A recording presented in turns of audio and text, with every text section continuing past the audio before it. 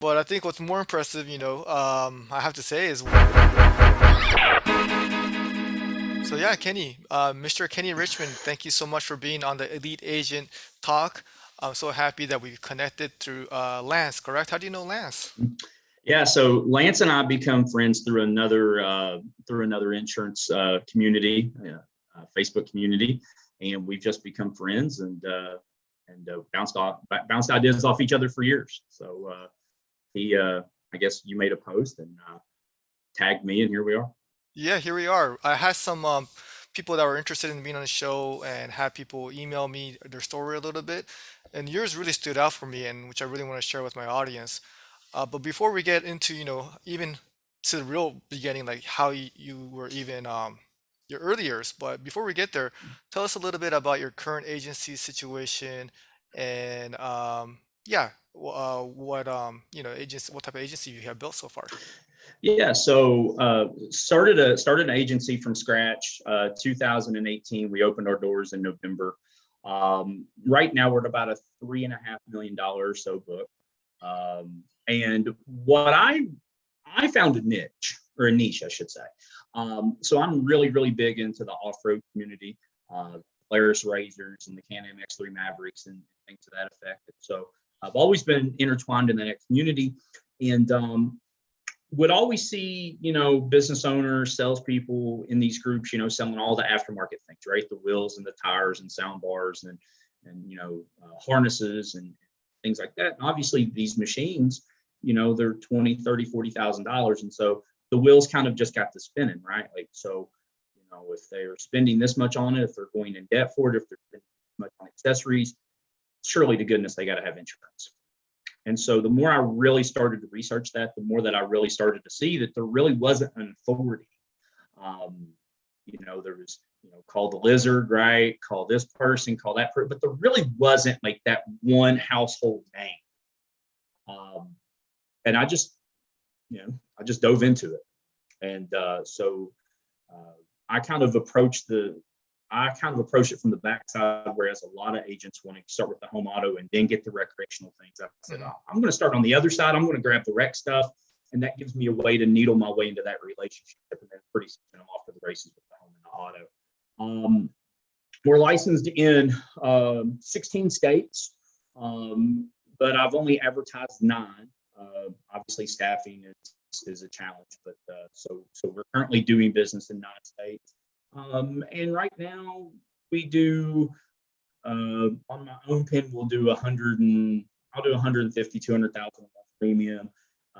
And then with the right people in place, we can easily exceed 250, 300,000 a month. Nice.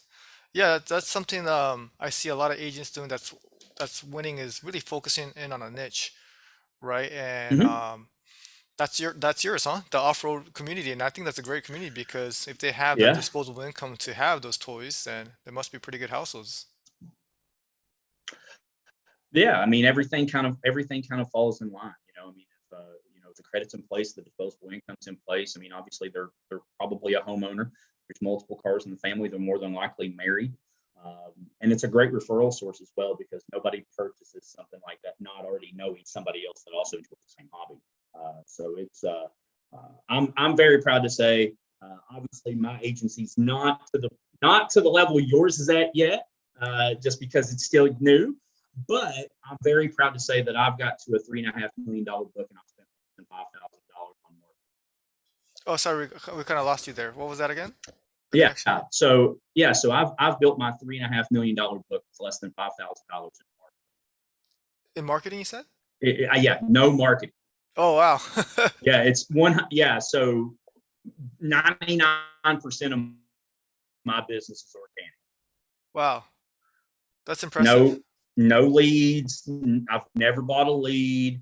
I've never had live transfers. I've never done any of that. Just good old hard nosed work.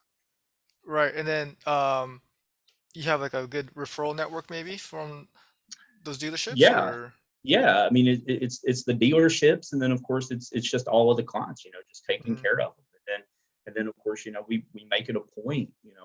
When we're wrapping up a phone call, we make it a point to always ask for a referral. Right. You're never going to get a lead or referral, I should say, if you don't ask for one. Right.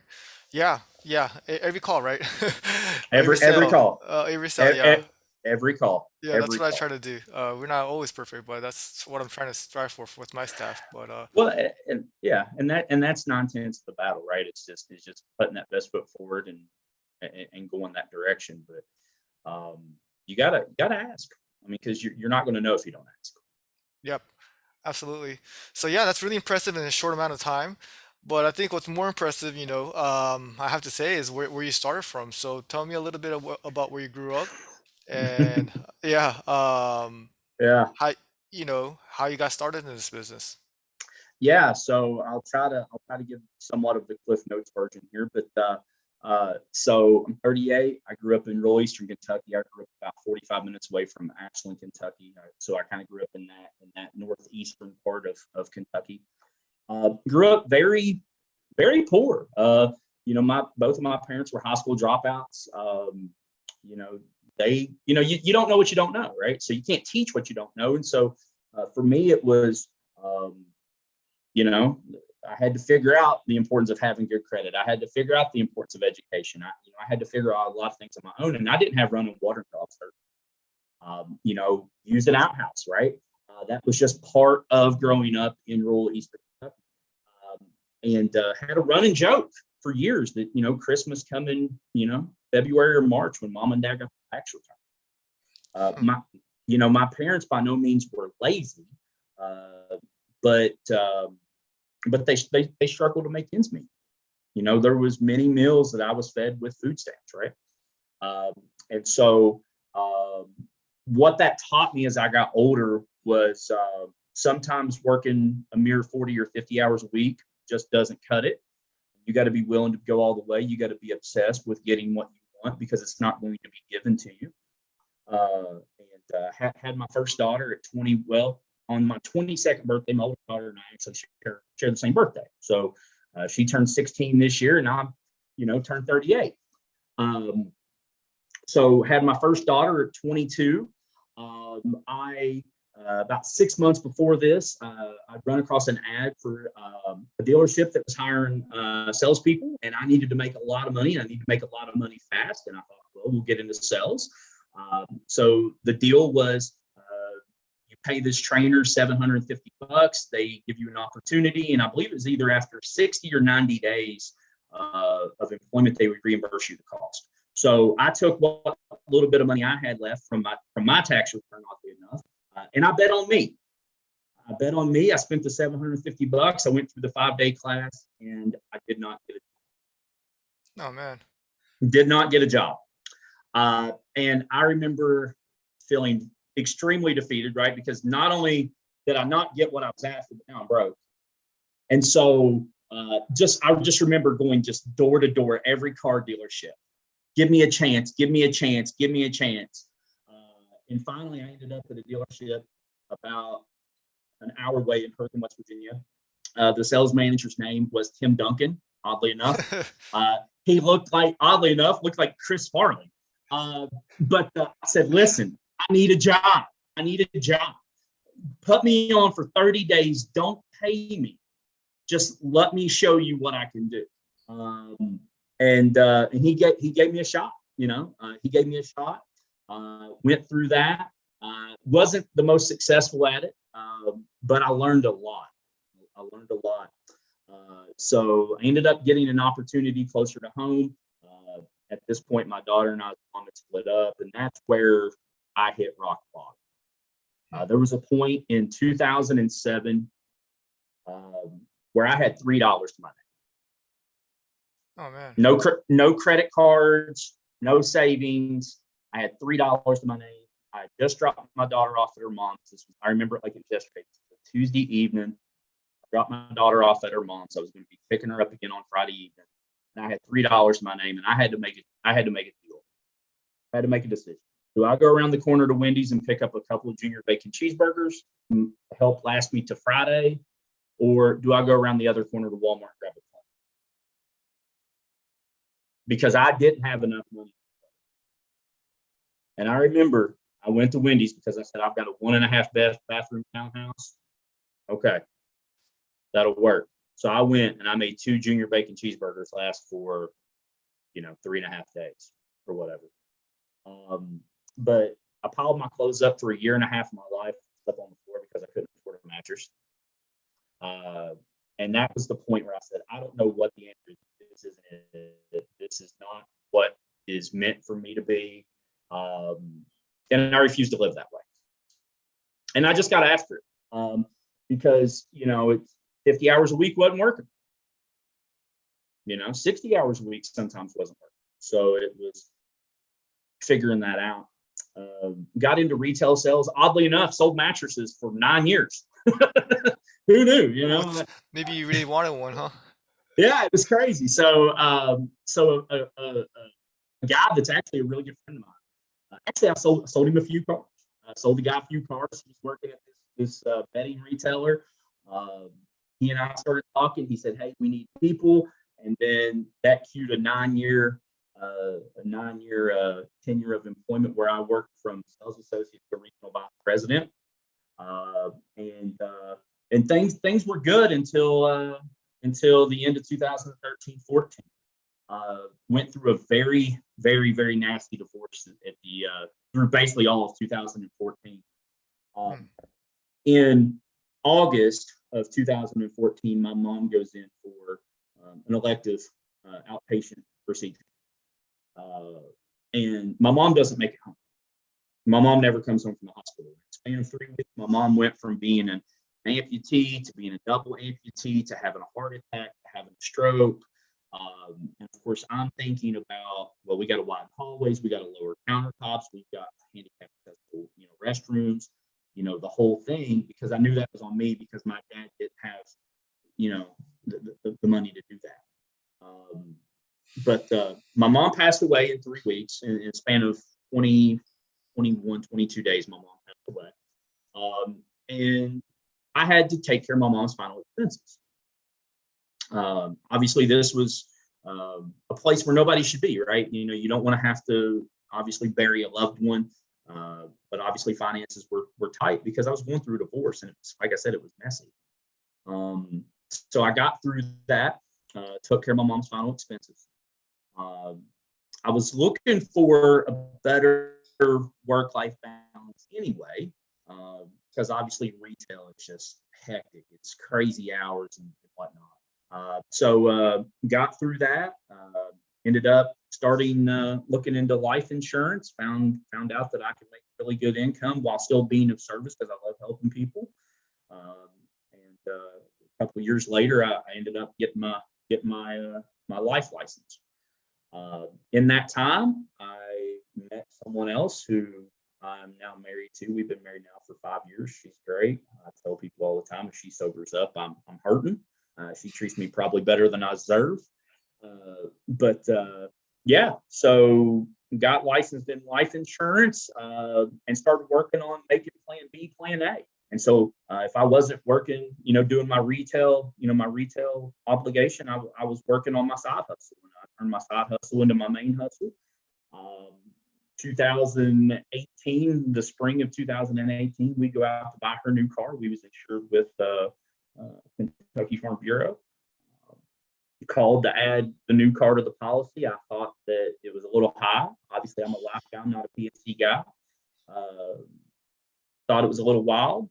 Found out from some agents in another Facebook group that I didn't have full coverage. So my agent had me running around on state minimums. And needless to say that I took that personally and become obsessed with P&C. Got my P&C license August of 2018. Signed my office space, signed that lease in August of 2018, and my office was 2 doors down from theirs. Well, but then what about the retail position? Yeah, so I ended up walking away from that in February of 2018. The culture had shifted, and then I'd also got to a point where they needed me more than I needed them. Right? In 2009, when I started working with them, listen, I needed that. I needed that income. I needed that because I had bills to pay. But I set a goal and I said, this is what I'm going to do. So I worked to that. And in February of 2018, I thanked them for their time and I walked away. And oddly enough, a year after that, they filed for bankruptcy. So it was a blessing. So by that time, you already had like your life insurance income. Mm-hmm. Yeah. And Yeah. then, Yeah. So I already had the life insurance and so on the life insurance side of my business, I've got 107. So I'd already built that out. We were doing 300,000-400,000 a month, or if not more. Built that out, and I really honestly had no desire to get into P&C. I really didn't. I had no desire to get into that. But once I found out what somebody that I had trusted for so long, once I found out the position that they put me in, without me knowing the position that I was in, like I said, I took offense to that. And I said, if this is the competition in the marketplace, this is going to be fun. so you have both kind of running. It's just one agency and do the life and Mm-hmm. okay. Mm-hmm. Yeah, I mean, sorry to hear about your mom too. Yeah, for sure. uh, that's but I mean, talk about some of the, you know, pardon me if I say, roller coaster Yeah. No, of ups it was that.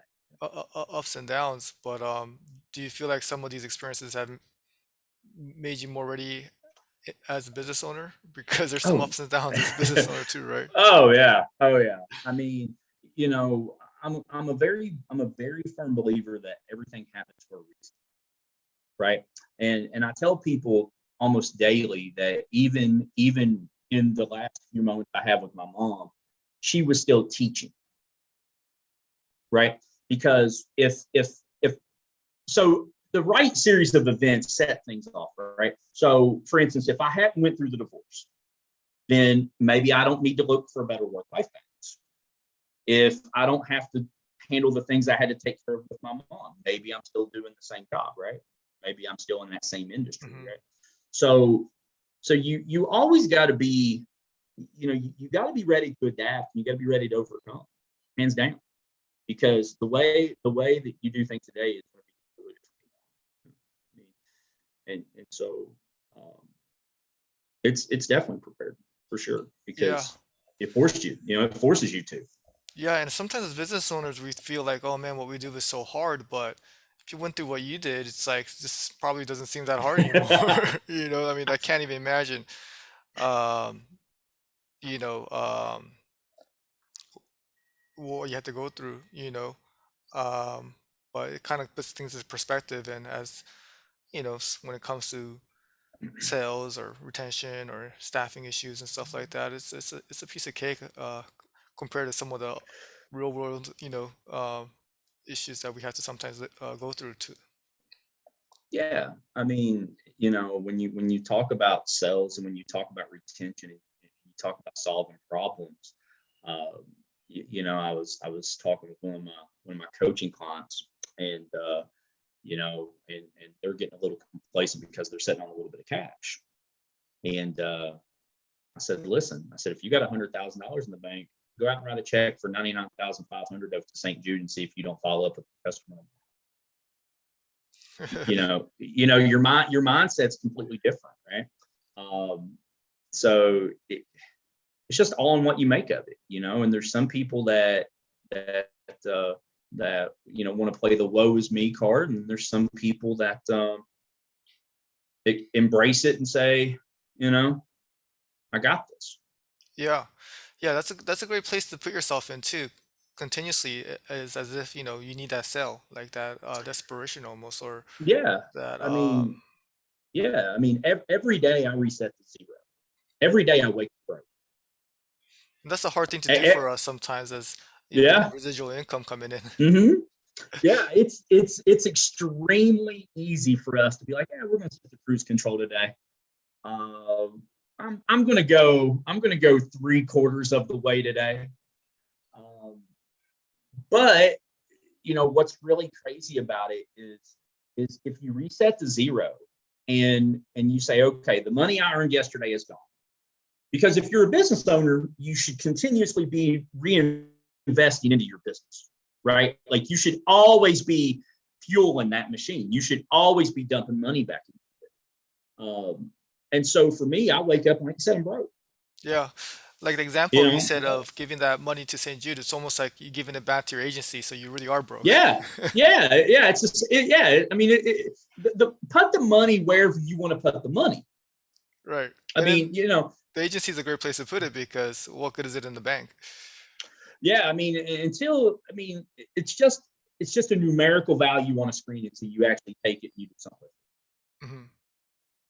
And that number could be $10,000 or $10 million. The number is irrelevant until you actually say, okay, I'm going to allot these funds to go there. Hmm. You know, and so many people get tied up in, well, I'm sitting on $1 million, $3 million, $10 million, whatever that is. When really, if they, you know, and I'll tell you why people don't spend money. I'll tell you why people don't spend money is because they are scared that they ain't gonna be able to get it back. They're scared that they're not acting at levels high enough to replicate the actions that got them that money to begin with. That's why people don't spend it, especially Yeah. business owners. That's why they don't spend it. It's kind of a scarcity mindset. Yeah, it's very much. I mean, they've not made the decision to be profitable. Yeah.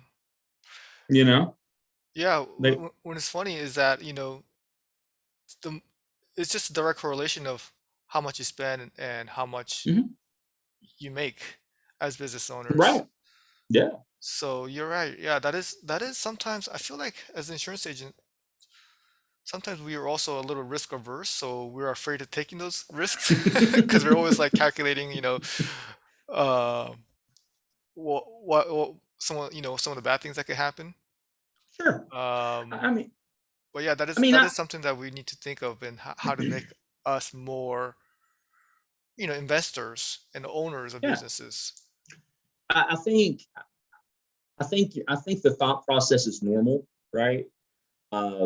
Because if you're doing it right, you should continuously be handling money that you've probably never been handling before, right? You should be on the role of ascension, not descent, right? Um, but the problem for a lot of these guys is that so for instance, this morning I was on a discovery call. Somebody was asking me about retaining services, and I started asking them simple questions about their processes. They didn't have any. You talking about a They couldn't coaching tell. client? Yeah, so Oh, a they coaching client. Oh, couldn't okay. tell me. Yeah, they couldn't tell me. They couldn't tell me how many people they spoke with last month. They couldn't tell me the close ratio. They couldn't tell me average premium. They couldn't tell me how many of the quotes that they done was just a monoline client, right? They couldn't tell me any of that stuff. I'm like, well, yeah, no wonder you're afraid to spend money because you don't have systems in place to help you grow that. I mean, if you don't know where you're going, any road will take you there, right? Right. I mean, so I mean, there's not a plan, and so what is it? If you don't plan to succeed, you plan to fail. Right? So the guy was writing $60,000 a month in new business, which is fine. He's there's two people in the office, but he couldn't tell me how they were doing it. He can't replicate. I was like, well, what do you do? He's like, well, I show up and I make calls. Oh, okay. Yeah. Yeah, and then that's what makes it unscalable. Yeah, yeah. I mean, you have to. A good friend of mine, Brandon Dawson, Brandon, you know, he'll tell you, you got to design it, you got to model it, you got to mimic it, you got to master it, right? And so, you got to figure out your processes, and then you got to get so in tune on the process that you can now mimic this to other people within the agency. You have to do that because if you don't do that, then what happens is you've got Tammy doing it this way, and you got John doing it this way, and you got Karen doing it her way, and then the message that's being sent out to the general public is not uniform. Yep. And then you get different results. Yeah, you absolutely get different results, and so then it's like, well, why is Tammy writing 200,000 a month, and John's doing 40. Right. It's kind of like going to McDonald's and having like, depending on who's making it, you get different, a different burger. So yeah, that Right? consistency. Yeah. I mean, it's well, and that it and it well, and it's funny that you mentioned McDonald's because because everything is so systematic, right? Right. So if obviously, I live in a town of 36,000 people, and we have 3 McDonald's, I think. But if McDonald's A is short staffed, they can pull somebody from that one to go work at McDonald's B, and they can plug them into the system, and they can perform that job duty, Hmm. Or right? even hire somebody in high school Yeah, because their but system is but so solid. I mean, so that's the thing. And so when you've got 3 people doing it their own version, you're never going to have consistent results. How do you yourself kind of police the system, or if your agents are you not doing it the way? Yeah, so I'm very ruthless. I'm very I mean, listen, anybody that works with me, uh they know what the expectations are, and there's not a shock in the world if you fail that. I've had people that's been writing $100,000 a month in my office that I fired. Just because somebody's a top performer, a high performer, does not give them a green light to go and come and do and say whatever they want to do. Because with me, I know that if I can find a person with 3 or 4 qualities, I can plug them into my system, and now I've got another 100,000. Okay, so as far as how I police it, it's very simple. It's and for me, it starts with the interview process. So when I start working through an interview process, one of the questions, assuming that they're currently working, is what type of income are you earning now? I'm making this. Okay, great. What would you like to make in a perfect situation? Well, I would like to make $100,000. Great. Has anybody ever showed you how to make $100,000? Well, no. Okay.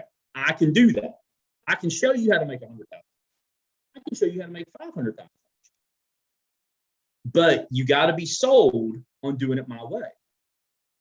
So you gotta leave whatever out there. You got to leave that in the car before you come in. Or is that cool? That's cool. All right, cool. So then when I bring them in and I start showing them the processes of, this is how we greet, this is how we present, this is how we close, these are the objections, this is how you handle the objection, this is how you ask for the referral. Okay, this is how you schedule an appointment. So when I start showing them these things, okay, this is how you schedule your day, right? Time management. If I see that they're not on track, then I circle back and I say, hey,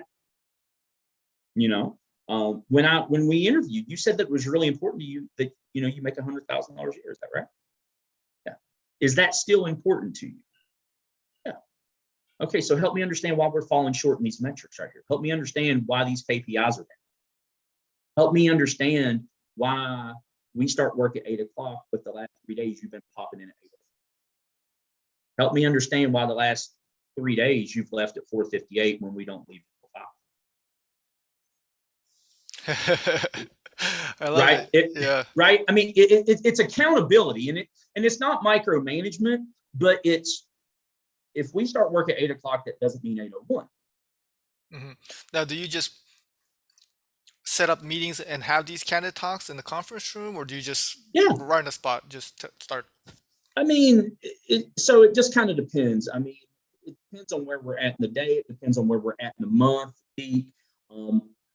And then too, a lot of it depends on the actual person, because different people respond differently. Hmm. I've had some people just be like, yo, come on. And I just bring them here in my conference room and I set them down. I'm like, what's going on? Hmm. Then there's other people like, hey, clear 15 minutes at 4:45. We got to figure this out. Right. Okay. Yeah. So I think it just depends on the person, because anytime you start working with people, no 2 people are ever going to respond the same. Right. And so for me, I'll be the first one to admit it. I'm extremely hard to work with. I'm extremely hard to work for, because the level of expectation I have, is insane. Like, going back to some Michael Jordan Last Dance stuff, I'm not going to lower my level of performance to make you look better. You will come to my level or I'm going to embarrass you. And so, but what that also in turn does is that also helps me get rid of the people who just want a job. Hmm. That also helps me get rid of the people who are perfectly content here in Kentucky making $40,000. I don't want people that want to make $40,000 a year. I want people that want to make $40,000. There you go. Right? Like that's the people I want. And that helps me get rid of those people. It helps me figure it out. Like, who are they? What would you say to the agents? And maybe this is for me too, who may have a little bit of hard time being that candid to their staff because of not wanting, just not maybe not not that I'll tell them if I have to, but maybe Sure. I think about their feelings too much, or Yeah. or I'm not confrontational by nature, so it's kind of like seems it's not Sure. confrontation, but it's like kind of like Right. trying to be positive all the time, but that has hurt Yeah. me. Where what would you say to agents who kind of struggle with that type of leadership? Because you need both sides. You Yeah, need you to do. Yeah. be able to tell them, that's our Hmm. jobs, what they need to, Yeah. well, how they can get Um, better. yeah. So I think for me, it's I think you're doing your employees a disservice if you don't have that conversation. Because when we have these conversations with our employees, what is the number one goal of that? What is the one outcome you want? You want better results, right? So what's a byproduct of better results? A greater income, right? People need money. People need money. So if you don't hold them accountable, okay, and their income isn't where it needs to be, okay, then they're just going to leave you anyway, Mm, right? Like they're just going to leave you anyway. They're gonna take an extended lunch to go interview for somebody else, and they're going to come back and say, "Hey, here's my 2-week notice. I think you're great, but I can't pay my rent here." So you got to pay your people in such a way where they'll never leave you. And people need money. I need money. You need money. Your employees need money. My employees need money.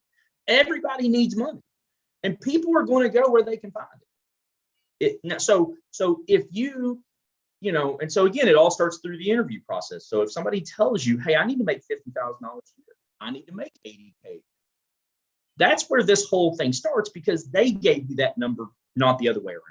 right. Some people aren't motivated by money.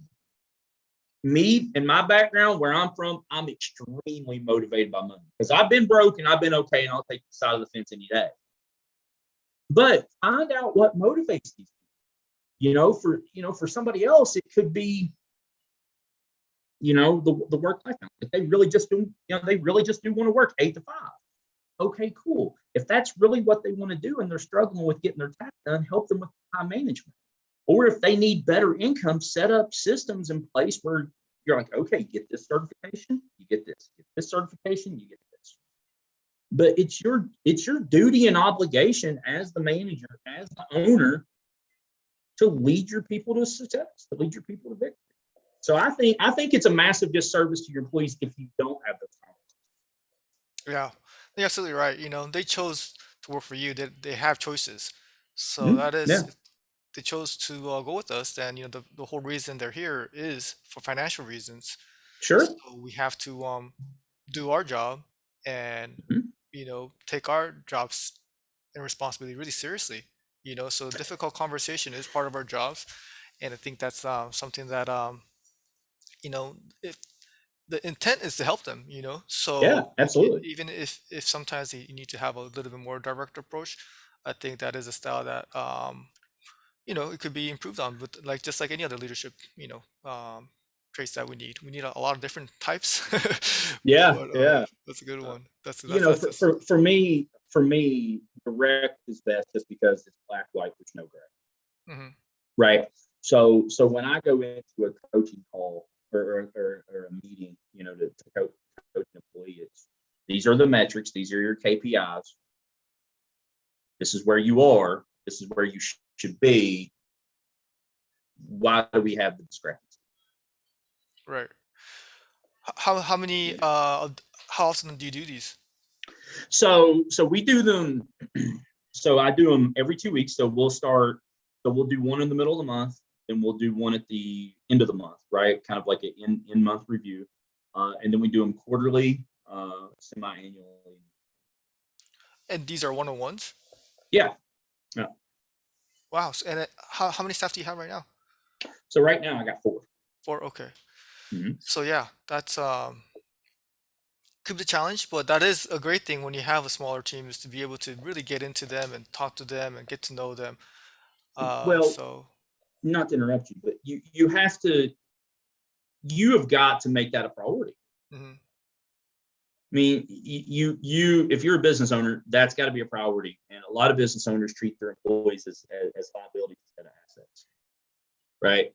And so you got to understand that having the right people in place as a business owner, when you multiply your time, that's what gives you the luxury to take the time off. That's what gives you the luxury to take an extended one. That's what gives you that luxury to go and be a dad or be a mom or be a better husband or wife or girlfriend or significant other, right? So you got to put your people in positions to win. I mean, you have to do that. And so I don't understand why a lot of business owners think that that's an elective, Yeah. and then wonder why they can't keep people. Yeah. Uh, Yeah, wondering where they can't keep people. I think, I think a lot of that is also just based on being afraid to spend the money. yeah, I mean, I think a lot of business owners, especially in the insurance game, I think they say, well, I can just work a couple more hours here, I can work a couple more hours there.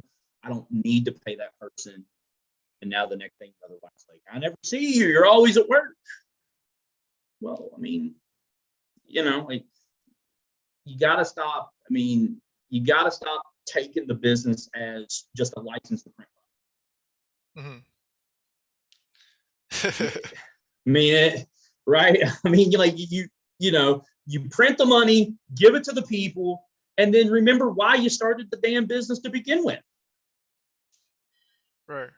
right? I mean, why did you create the business? Because you wanted to have financial security and you wanted to be able to do what you want to do, when you want to do it, how you want to do it, and not be told, yes, I can get a day off, or hey, I can't approve your vacation.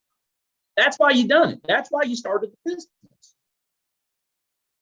Right. So yeah, yeah, can you get really great stuff here. I want to also talk about, your the amazing fact that you built your agency without the advertising. I mean, we touched Yeah. on it a little bit, but Mm-hmm. with the numbers you're putting up, and also you mentioned some of the income potential your employees have. It, Mm-hmm. w- I I think a big part of it is being in a niche. I think that's a huge Mm-hmm. part. I think I recommend that to all agents, to find a niche you're really Mm-hmm. strong in, to lead with, and you're competitive Mm-hmm. in. Mm-hmm. You know the ins and out of it. You're confident in. What other factors would you say goes into your growth? Well, the biggest one is your mindset, right? There's no silver bullet to being a winner, right? There's no silver bullet to success. Um, and and a lot of it is just making the decision every day to show up. You know, I, I wake up 6 days a week at 3:15. Oh, there you go. Sun, okay. Sunday I'm lazy and I sleep till 7. What time do Okay. you go to bed? Uh, my bedtime alarm is 11. Oh, so you're not running on that much sleep. No, but here's the thing. My goals are so huge that I'm ready to run through a wall at 3:50 every day. Okay. So this is a long answer to your question, but the first thing is, obviously, when you get into a niche, yeah, I mean, you're naturally going to be excited about it because it's something that you enjoy. Hmm. I mean, listen, I suck at fishing, but I could go buy a bass boat. I could go tomorrow and spend $30,000 on a bass boat, get in some Facebook groups, and by golly, in a span of 3 months, I'm going to be the absolute authority on bass boat insurance. I could go tomorrow and I could buy a Harley Davidson motorcycle and give me a little bit of time, and everybody would be calling me to insure their Harley. Okay. So naturally, you're going to be obsessed with it. Or naturally, you're going to have a enjoyment of the hobby. But that doesn't guarantee victory, right? How are you engaging with these groups? What's the interaction with these groups? Are you providing value to these groups, or are you just spamming the hell out of them, every day? Get a quote, get a quote, get a quote, get a quote. No, right? What is your message? Are you coming off as being extremely sincere and coming from a place of service, or are you saying, get a quote, it's Christmas, I need money? Right? Yeah. I mean, because people can sense that stuff. People can sense if you're legitimately sincere and genuine or not. People Mhm. pick that up. But every bit of it starts with the dedication to win. Yeah. Every bit of it starts there. Like, I'm in my office. I'm in my office Monday through Friday by 6 a.m. 6 a.m. every day. Well, Monday through Friday, 6 a.m. Yes. Right. And I usually am here till 6:37 every night. There you go. That's my schedule. So I have the 7 to 7, so pretty similar yeah, I schedule mean, there. I mean, so but the thing about it is how much more can you get done by starting earlier, right? So for me, most of my competition starts, they start work at 9, they work until 5, right? 9 to 5, right? Yeah. Well, if I get here at 6, I've already got 3 hours, right? I already picked up 3.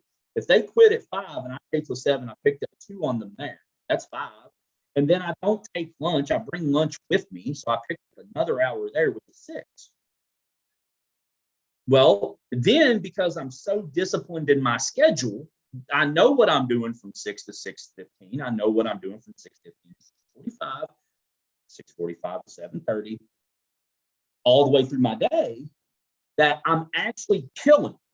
Because most people get to the office at 9 o'clock and they hang out and BS for 10, 12, 15 minutes. And then they do a little bit of work, and then they get on Instagram for a while, and then they go and take an hour lunch. And then they're carved out and they're ready to take a nap. And then they do an hour or 2 of work, and then they go home and tell their husband how tired they are because they work.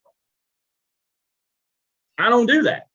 Like, when I'm here, I'm actually here. And that's what people don't understand is, like, you can be physically present at work, but if you're not productive at work, you're not working. Right. Yeah, no, it sounds like we have a lot of similarities there, Kenny, as far as our schedule goes. And And that's I, where and I love it because and I that's thought I was why the only crazy one. you are where you are. And then I want to touch a little point on how you picked up 6 hours. 6 hours is a big deal, but imagine over a period of weeks, And months, and that's years. and that's it. And that's it. Because, oddly enough, when I started my agency, I thought everybody was like, I thought everybody was just going. I mean, I thought everybody was getting after it. Well, And as great as this opportunity is, you would think so, right? I mean, yeah, I mean, so when I really started to see what my competition was doing and things like that, right? I was like, man, this is nuts. Like, this is absolutely insane that people are just cruising. Now, what did you feel like that made you feel like you could too?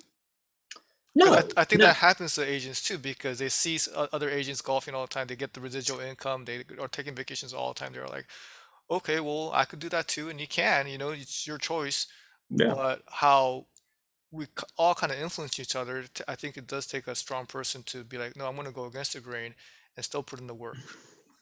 I mean, the discipline is the will to win. Is what's going to carry you through. Um, you know, So you never influence. Did you want to? I mean, listen, I have days all the time where I'm like, I really don't want to do this shit. Okay. Like, I have those days. Okay. Um, but again, my goals are so massive that I understand that, yeah, okay, I can take this day off. Now I'm further away. Right. Right. Um, and and as a business owner, my mind is always going, right? I mean, we could work 30 hours a day. We're still gonna be like, golly, I still didn't get that thing done. I still didn't get that email out. I still didn't get that quote done. I still didn't do X, right? So, so for me, it's just like take days off, but but don't start a business and be a one-man show and think that because you got some articles of incorporation set up that now you're the man and you've made it when really you're broke. Yeah, Like, and you have to like I like way more bro, work like if you're employed. yeah. I mean, listen, it's easy to take a day off on Thursday and go play golf when you've got a $20 million business. Like point, you've earned it because to get to that point, you've probably worked your fair share of Saturdays and Sundays. And you've probably worked your fair share of evenings to 7, 8, 9, 10 o'clock to build that business. So yeah, go take your time off. But if you're a one-man band and you don't have any employees, well, I hate to tell you this, but you're not a business owner, you're self-employed. Because you don't have anything to manage. Yeah, you just Like created a there's sales nothing. job for yourself. Yeah, yeah. I mean, and for people that watching this that are a one-man show, I was a one-man show for 13 months. I did it 100% alone for 13 months. And your number one goal right now should be to work yourself out of a job, to hire somebody to help you with that busy work, right? We all have to do quotes. Most of us would agree. I hate doing quotes. I hate it. I hate doing a quote. I want the quote handed to me so I can get Mr. Johnson on the phone at 4:15 and burn through my quote, get the deal, collect the credit card info, bang that thing, and go to my next one at 4:30. Right? Because if you're not closing, you're not earning money. You're not generating revenue. You're not generating cash flow. Yeah, yeah. The one, it's just I can't even think of what it would be to be a one. First of all, I don't think it would be as fun, to be at your office by yourself with no team camaraderie and you just don't have Mm-hmm. any, you know, um, team building is really where it's our job. It's like we Mm-hmm. could also insurance, but the ones that win are the ones that are building the teams. So, Yeah, I, because at the end of the day, whether you're Bill Gates, Elon Musk, Buffett, whoever, right? Um, you got 24 hours a day. You got 168 hours a week. That's what you got. right. But if you have And employees, you have more than 24 hours a day. yeah, yeah, exactly, right. Then you start multiplying that out, right? And that's how you create prosperity, right? I mean, so what do you got to have? Have prosperity. What do you got to have? You got to have time. You got to have money. You got to have time and money. Yep. So you get them two things. Well, how do you get time? Well, listen, broke people sell their time to get money. Wealthy people hire people. They buy time. Right. That's what they do. Create time. Yeah, they create time, right? So yeah, why not do that? Yeah. Yeah. Well, we have a great business that we're in. And Kenny, I mean, listen to your story. I mean, what are some things that I feel like when when I read your story, I was like, wow, this is such a great business we're in to be able to turn our life around and really, have something that we could be so, y- obsessed in and it gives you the great returns that it does. Mhm. Tell me what the insurance industry and this business in general has just meant for, your overall, where you are, your life really. It's changed it. It's changed my life. Oh, um, I'm not where I'm at as a person, as a husband, uh, as a father. I'm not where I'm at without it. Uh, Being able to come from a place of service to help people in their times of need. Um, there's a very there's a for me there's a massive sense of accomplishment there. It's very noble. Um, and I think a lot of agents lose track of that as far as when somebody calls and they ask for a quote.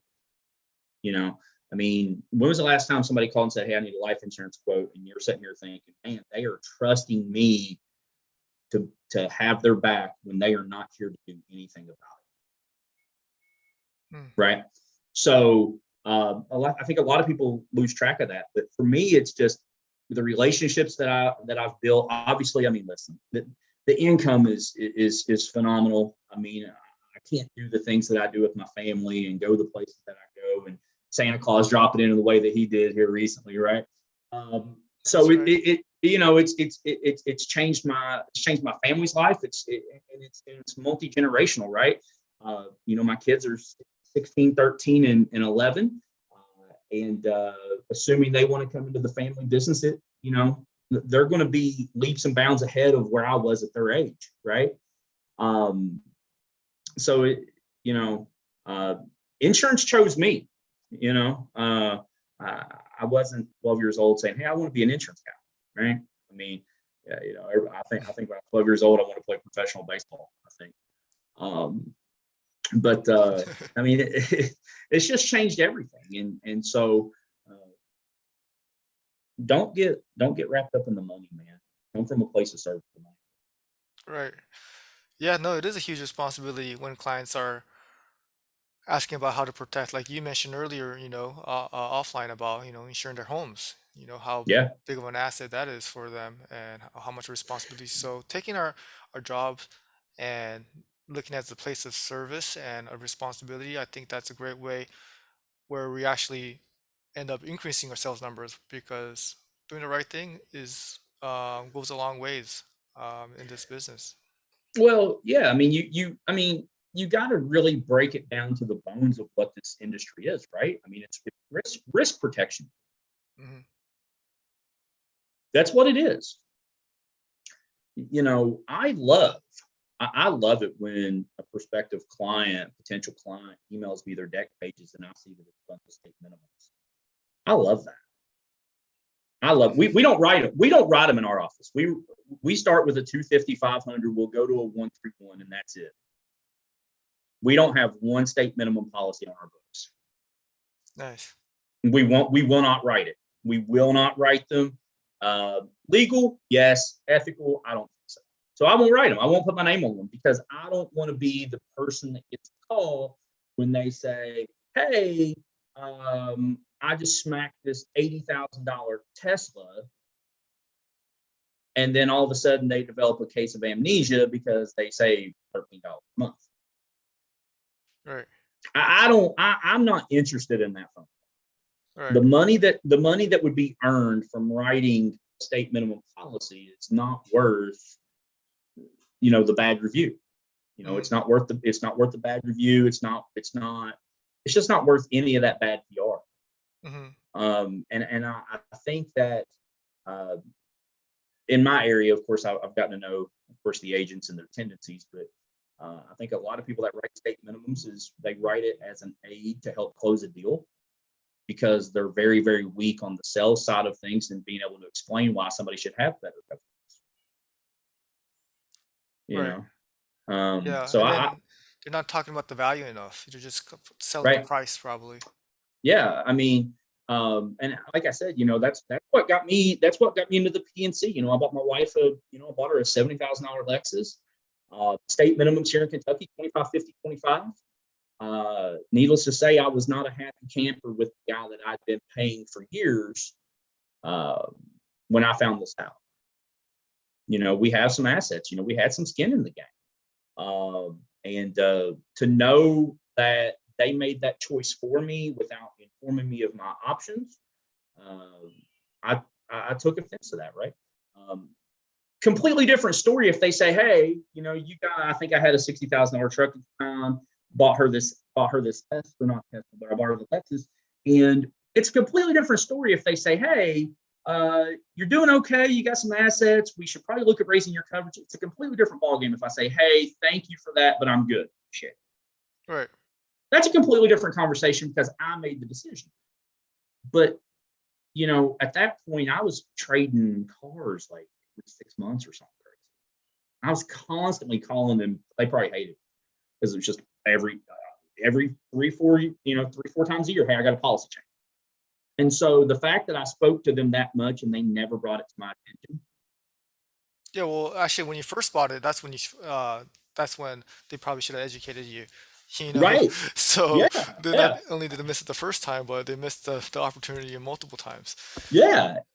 And so for me, um, I I love, like I said, I love getting those declaration pages. I mean, I love that because it's because I know it's candy. It's how I mean, had one today, it's $500 more a year, but hey, you ain't thinking about $500 a year when you get this $80,000 truck. That's right. Yeah. And then to grow that fast, Kenny, I mean, you touched on it a little bit, but Facebook groups has been helpful for you, you would say? Oh yeah, I mean it's those the admins in those groups definitely definitely deserve more than they get from Hmm. me. Because I have those guys had an idea to start a community for like-minded people because they enjoy off-roading and things like that. And so I mean some of these groups, I mean they got 200,000 people. Wow. And then the way you approach it, I think I want to emphasize again, is to really bring value, right? Yeah, I mean, you know, the other thing that I see, and I'm sure you see this as well, is there's so many agents out there and so many agencies that they don't explain things in layman's terms. Hmm. You know, and insurance is one of those things where nobody wants to talk about it anyway. Nobody wants to sit around and talk about insurance because there's nothing sexy about it, there's nothing attractive about it, and it's just part of adulting that the average person just could care less about. Right. And that's just what it is, right? I And if mean, it's I also totally, combined that with if it's being confusing, then they really don't right. want to touch it. Yeah. And then they get their deck pages and it's 64 pages, right? Nobody's going to sit there and take the time to read it. There's like, am I covered? Yes or no? Okay. So, I mean, I take the time to explain things in a way to where it makes sense. Hey, you got 25 grand property or 25 grand bodily injury. This means bang. Hey, you have 50,000 each occurrence. You have your underinsured motorist is this, your uninsured motorist is that, your medical is this, right? Um, Taking the time to actually explain it in a way to where they can understand it is huge. Right. That's I our mean, jobs. yeah, Hmm. and I can't tell you how many times in a week you will hear somebody say, I've been insured with abc.com over here for 17 years, and I've learned more about insurance in the last 13 minutes than I have with them. That's That's how value. you know. Yeah. That's it. I mean, that's how you know. When you start hearing people say that, that's how you know you're on the right track. Um, Hmm. because because you got to understand that, like when you start working through this stuff with people, I had a lot of people say, "Man, you're not going to write state minimums. Man, you're going to lose. Man, you're going to leave so much money on the table." Yeah, but I'm going to make that up with value clients, Hmm. right? Because I want clients. I don't want customers, Hmm. right? And so, and then it's ask for the referral. Ask for the referral. And then what happens is when you build such a crazy presence in these groups, and then you've got the Google reviews there, and you got this there, and you got that there, and you got all this stuff clicking, then your phone just starts ringing, and people are like, "Hey, I need a quote because I see you all over Facebook." And how better is that than you, the one making the call to them? Oh, my gosh, man! My first month in business. I think I wrote $8,700 in premium my first month, I think. And I was like, man, this is gonna be hard. like, and then of course, I see the revenue that gets generated from this $8,700. I'm like, man, I really should have just stuck with life insurance. I should have never. I don't know what the hell I was thinking, but this was not a bold strategy. Um, but then, of course, I'm like, then I was like, well, one, thank goodness I do have everything. That was the first thing. And then the second thing is like, okay, I got to get good at this. Right. I got to get good at this. And so And so what I done was I actually paid former employee of mine. I paid a former employee of mine $1,000. I'm going to tell you exactly what I've done to build this thing out. I paid a former employee of mine $1,000, and I had her go back when I was working at the retail Mattress. the mattress store. Yeah, when I was doing the mattress sales, I paid a former employee $1,000, and I said, hey, print me every invoice of every product I ever sold to anyone. I don't care if I sold them a $70 pillow. I don't care if I sold them a $35 mattress protector. I don't care if it's a $15,000 heating. Print me the invoices to every person that I ever worked with. And You called them? yeah, and I called every one of them. Banged them out. I was writing thank you cards, well, not thank you cards, but hey, hope all is well. I'm doing this now. Hope the family's good. Bang that stuff out. Because I mean, like you got to think about it, right? Did like, that get you no. results? Oh yeah, I mean, like month three, I think I wrote like $104,000. Oh, well, from that. Yeah. Wow. Okay. Yeah. I mean, but I mean, you got to think like back then I was, I was literally doing that like 4 hours a day. Mm-hmm. That's what you got to be resourceful with Yeah, I mean, whatever you have to yeah. work with. I mean, so because here's the other thing, like when you get into the prospecting thing, because like again, when I'm working through the consulting stuff with people, one of the number one areas of concern the agents have is leads. They don't have enough people in their pipeline. And so you got to really think about it. I mean, I'm 38, but I mean, I've got almost, well, I've got 16, I got 16 or so, 16, 18 years of sales experience, whatever. So, what would you rather do? Would you rather cold call for 4 hours and not really know what the hell you're doing because you probably don't have a script, and the penetration on that's going to be very, very low? So what would you rather do? Would you rather do that for 4 hours and just throw some junk to the wall and see if any of it sticks? Or if you're in a spot where you've got a prior customer base, call people that already know you. They've already shook your hand. They've already transacted with you. They liked you enough. Yeah. I mean, so that second sale is always going to be easy. I mean, that second sale is always going to be easy. I mean, how many times have you got somebody, hey, I need an auto quote. No, I don't own a house, but you take care of them on the auto. Maybe you take care of them on a renters or whatever. And then they call you 8 months down the road and they're like, hey, I just put an offer on my house. I need a home quote. And you bang a home quote out in 15 minutes, whereas you may have spent 45 minutes trying to nail down the auto quote.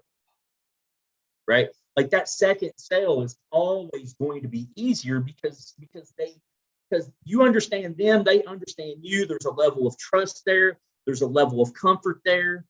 And as long as you take care of them and you come from a place of service, they don't have a reason to leave you. Mm-hmm. They will never leave you if you show them that you care more about them than the commission. All right. They'll never leave. Like, our retention rate is like, I think we're like 97%. Wow. We don't have people leave. Yeah. Yeah, sometimes, I think this a long time ago, but yeah, I had a post where it says, hey, if you care about your commission so much, you should care about your clients more. Yeah. I mean, it's a hell of a concept. I mean, it's who knew that, writing her policies pay your mortgage. Who knew? Yeah. I mean, so, and you got to find out, do you want to be a professional or do you want to be an amateur? And because there is levels to the sales game. Absolutely. There's levels to the sales game. And it's I told a guy this morning, I said, listen, if you're not asking for referrals, you can't tell me you're a professional because you're an amateur. You need to be asking for referrals. You're doing yourself a disservice if you don't ask for referrals, because I mean, it's, I think the average home in the United States has, I think, 3.8 people or something. So, how many of those people know somebody else? Hmm. How many of those people are on social media? So what would you rather do?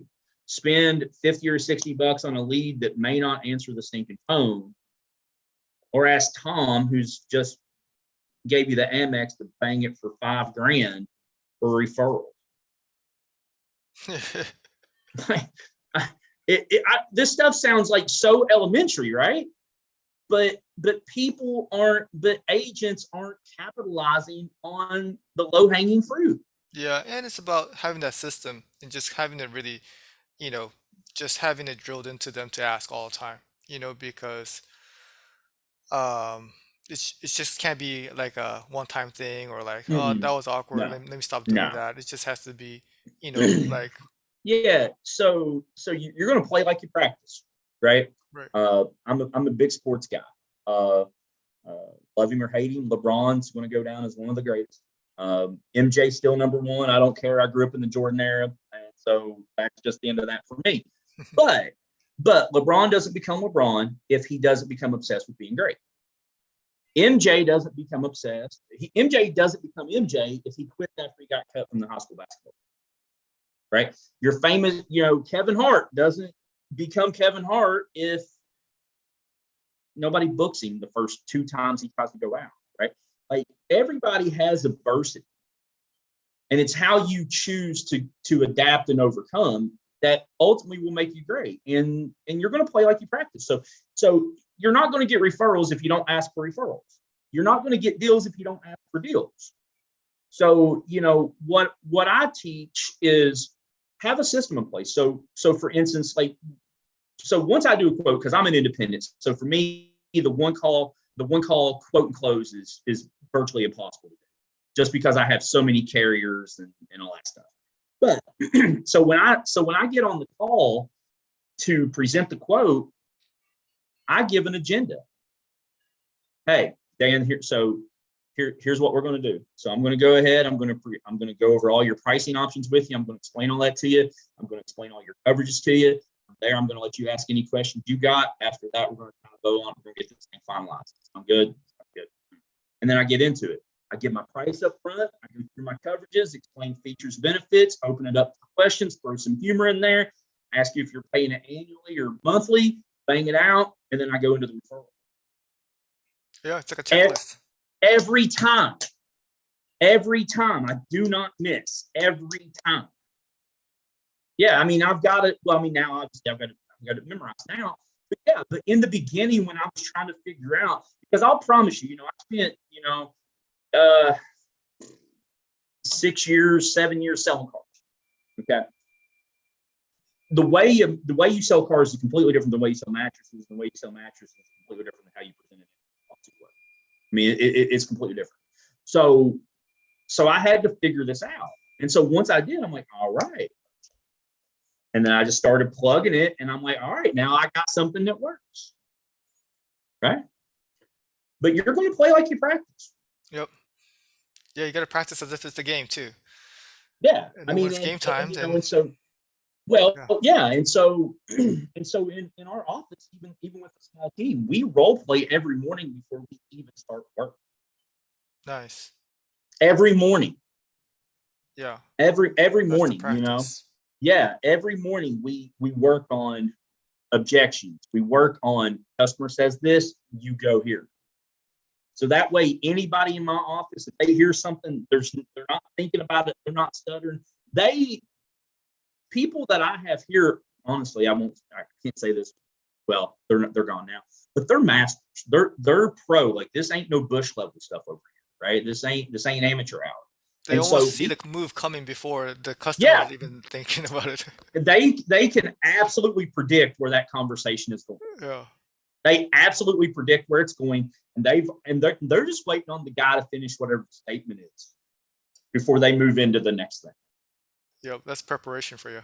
Yeah, and so when you get to that point, it's not really a surprise if you got crazy high retention rates, crazy high close rates, crazy high, average policies per client rate. All that stuff comes in, you know. Um, but people don't make the practice part priority. Right. Yeah. They would rather practice with the client and then be like, God, he only wrote $1,300 today. Yeah. Yeah. It's like, playing the game without, paying your dues. You got to practice it to be able to be in the game. So Well, that one totally of makes one of sense. two. Well, yeah, and one of two things happen. Either they go through life just never knowing what they don't know, um, or they just fell out of the game, right? They just quit. Yeah. Yeah, I because mean, it's really hard to stay at a job where you're not really good at it. So then again, well, you go back to our responsibility of making them winners because then yeah, they'll be good at it and then they'll want to play more. well, yeah. I mean, it's like this, right? Like, so the only reason you wouldn't like boxing or golf is if you sucked at it, Right. right? Yeah. Tiger Woods probably doesn't hate going to play golf. Floyd Mayweather probably does not hate getting in the ring. Again, like these guys or not, I'm talking about them on a professional level. Okay. So Floyd Mayweather gets in a ring, works 24 minutes and makes like $300 million or whatever it was he made, right? Like, he's having fun because he's got to a point where he's great at what he does. When I come to work, man, I go home and don't even feel like I went to work. Right? Like, it's just okay. This is the process. You do this every day. And then because if you do these things, this happens. Right. Yeah. I think that's the one thing, when I hear agents or staff members where they're not enjoying the business of insurance, it's because they're not great at it yet. But it is Yeah. something that you can get good at or find the right content The out there or the training out there, the mindset out there. There's so much out there that we can make ourselves so much there better. is.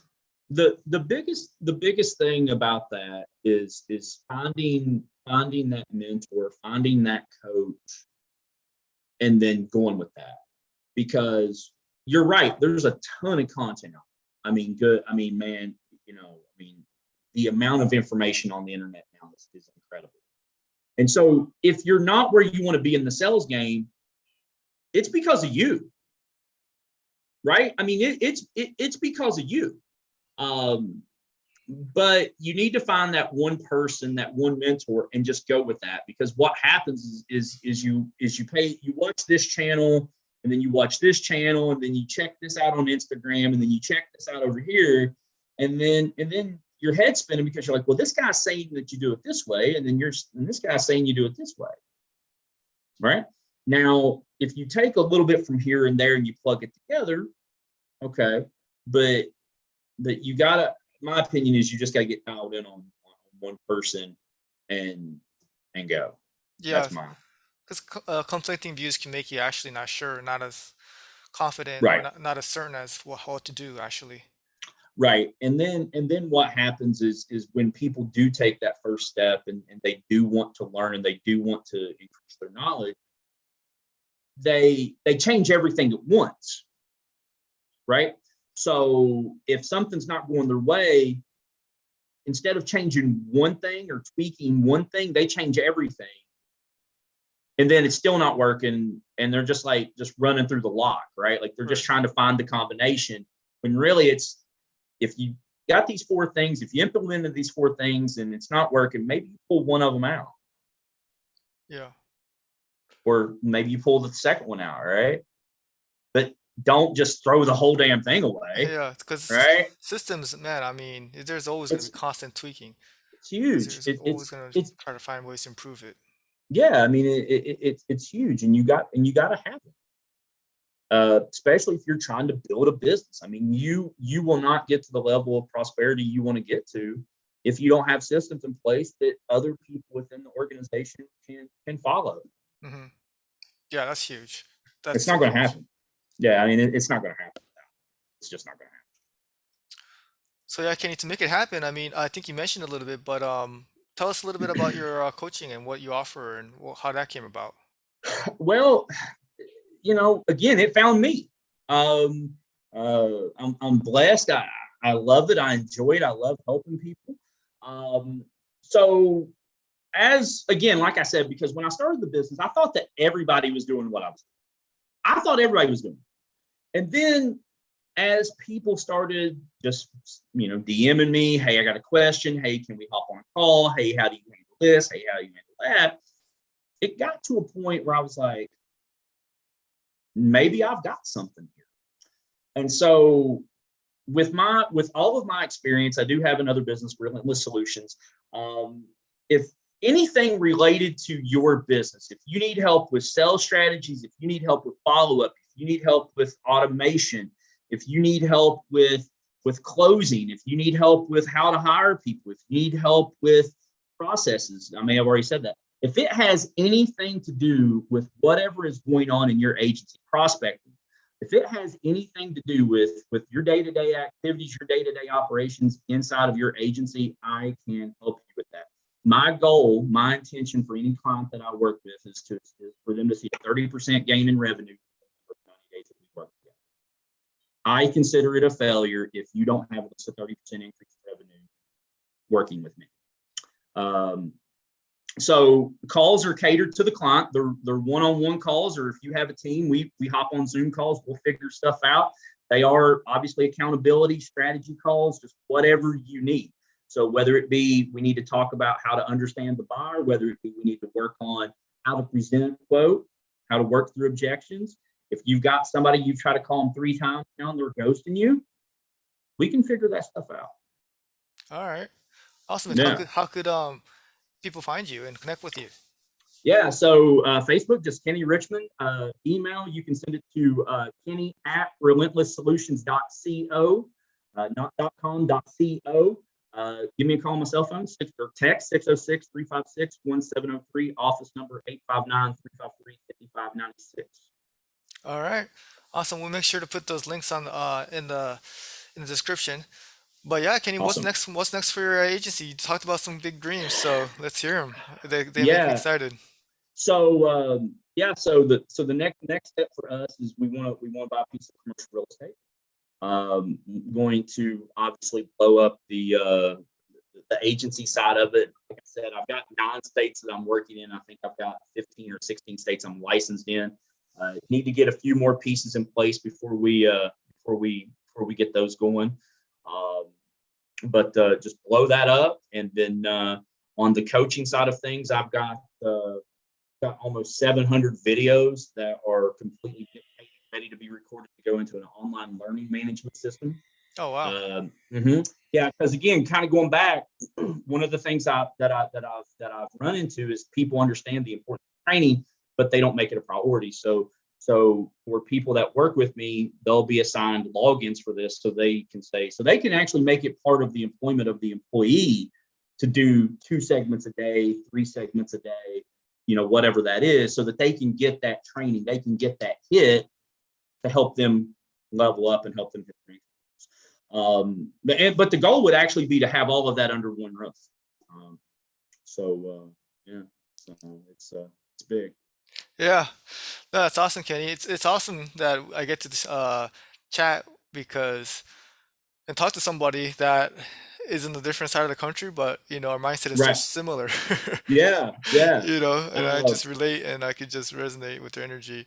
yeah. It's I mean, awesome. yeah. Likewise. I mean, it's uh, your circle is huge to your prosperity. You know, who you surround yourself with is going to determine where you end up. I mean, some people call it the rule of 5, right? Um, but circle's on point. Everything else will probably work itself out. So Yeah. yeah, I appreciate you having me on. No, yeah. No, I do really believe in that. As agents, we get to choose which other agents we kind of surround ourselves with, or even follow, or even just, Yeah, try to share ideas with. And it's really important that we audit it and make sure we're talking to the right type of people because yeah, it's just begins and ends with mindset. So to be able to have access to agents like you and talk to you, I think that's really valuable because, it's just I've seen it over and over again. You can have all the skill and all the talent and even be willing to invest, which could be a big challenge. But if you don't have the right, positive attitude about the business, then it can't go the right direction. And, listen to your story, I could just, insurance has really changed my life too. But, to the adversity that you went through and to see where you are and having insurance business be able to get you there. I think it was a special story for that I want to share with the audience. So keep doing your thing. Make us realize how grateful we are to be in this business. I kind of want to keep in touch with you and keep Likewise. hearing your wins because it's I love to see other agents win in this business. Yeah, I mean, yeah, there's plenty of pie out there for everybody, right? Oh yeah. I got a really good friend that works in the Department of Insurance. Oh yeah. Okay. Yeah, good friend to have, right? And we were talking one night, and he was telling me, he said, 90% of the complaints we pay are agents tattletelling on other agents. All right. Right. Yeah. And I find that stuff comical, because there's what is there 7 billion people or something in the world? How many people's in the United States do you know off the top of your head? Like I don't know, 300 million or something like that. Yeah, like there's 300 million. I promise you, if somebody files a DOI complaint, it's not the agent. They've got a pipeline problem. Their prospecting is jacked. They're worried about that one person or that one giveaway or it's a scarcity mindset. Yeah. There's 300 million people in the United States, and you're gonna raise hell over a, you know Yeah, trust me, I know all about those ages too, a little too Yeah, I much. do too. I But do too. it's all I do I too. look at it as um, y- it, it's lacking focus on your own agency. If you're Yeah. spending so much time looking at Yeah. other, trying to Yeah. tear down others, like Yeah. focus on Yeah. building yours up. But people got to understand, and I'll guess I'll close with this, but money follows attention, Mhm. right? Like attention is the new currency. You got to think about this. The people who are getting money are getting attention, right? Again, go back to your favorite athletes, go back to your favorite actors, your favorite musicians, your favorite brands, right? Money follows attention. When you're doing something at a scale large enough, then that's when, because you got to remember, like haters, you want haters. I've got plenty and I love them. Okay. Haters, they don't hate the average, they hate the great, right? So Yeah, if you it's haven't, whatever. if you haven't, it must mean that we're doing something right. So Yeah. yeah, And we'll try to get more. I don't mind it. Yeah, The first couple of them I was kind of like, okay. And I was like, yeah, they're scarcity mindset. They're worried about this, that, or the other. And now they're not even in the insurance game. They weeded themselves out, yeah. and here we are still rolling, right? People on top of the mountain don't fall there. Yes, we're still building too, and yeah, I think that's an important point. I think when it comes to helping other agents out is the statement you made about money follows attention. I think Yeah. that is a very underrated or very important point that you made, and I think social media is a huge tool for us to be able to do that these days, and for us to not use that as a tool, I think that's something that a lot of agents are missing out on too. So Yeah. You got to think about this, right? I mean, imagine trying to build a business in 1965. Think about that. How physically intensive that would yeah. be, Because if they right? don't know you, they can't buy from you, and to Yeah, be known, you have to yeah, literally be get in someone's face. right. And That's how yeah. unscalable is that? Yeah, yeah. That's exactly what I'm saying. So now we live in an age now where you can literally find somebody on social media, drop in their DMs, click send, and your message is across the country in 3 seconds For free. for free. Yeah, there's like no money involved. And I'll tell you, get good at organic marketing, get good at asking for referrals, because I know how to do ads on Facebook. I mean, I've been to the seminars and I've paid the money and I know how to run Facebook ads. But you got to understand that that's always evolving, and Facebook wants you to spend money, right? So those algorithms are always going to be changing. So a campaign that you run today that's insanely successful may flop in 8 months because they changed the algorithm and they want you to keep dumping money into it, right? So the better that you can get it organic, it's Yeah. it's going to save you money. Yeah. I mean, it's going to put more And a money in your higher pocket. closing ratio, all that. Yeah, So yeah, for sure, for yeah. sure. Well, Kenny, yeah, you dropped a lot of knowledge on this one, man. I mean, I really appreciate, your energy and what you've shared today because I think it's gonna help out a lot of agents out. So let's keep Well, doing, keep doing your thing, keep, having those big goals and sharing what's working because we need more agents out there to be sharing what's working because so we could have more agents winning and it's just overall going to be good for our business, in our industry. yeah, yeah. I mean, it's you just gotta, as far as goals, I mean, you got to write them down every day. I write my goals down every morning. I write my goals down every evening. I have yearly goals, quarterly goals, right? And you got to understand that until you write them down, they're just an idea, Right. and it's up to you to make it happen. That's the beautiful thing about it is that it's on you to